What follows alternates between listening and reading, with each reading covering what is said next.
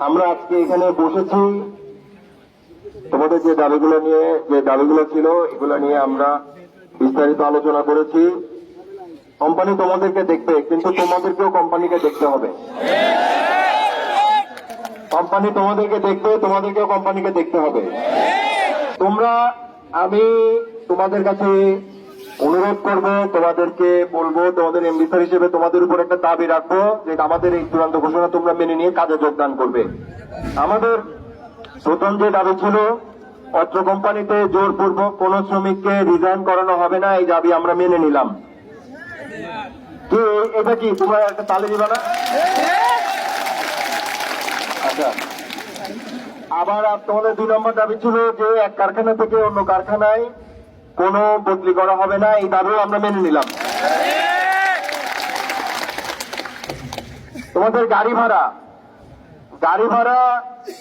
আমরা বাড়িয়ে, যেটা 100 টাকা ছিল এটা থেকে বাড়িয়ে আমরা 200 টাকা করে দিলাম।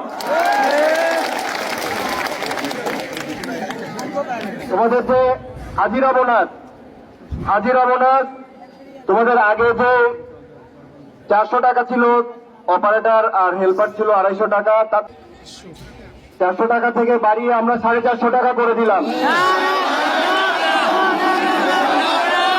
আর আমরা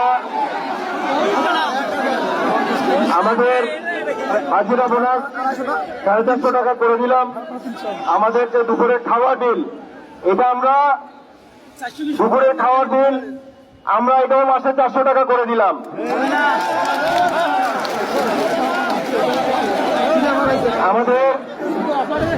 তোমাদেরকে যে নাস্তা দেওয়া হয়, ওভারটাইমের জন্য যে নাস্তা দেওয়া হয়, এই নাস্তার মান উন্নয়নের জন্য তোমাদের যাতে তোমরা আরো ভালো কোয়ালিটির নাস্তা পাও, এই জন্য আমরা এটার খরচ আরো বাড়াই। এটা যেটা এটা তোমাদের ছিল 10 টাকা, এটার থেকে আমি বাড়িয়ে 20 টাকা করে দিলাম। তোমাদের গাড়ি ভাড়া, ট্রান্সপোর্ট অ্যালাউন্স আমরা 100 টাকা থেকে বাড়িয়ে 200 টাকা করে দিলাম।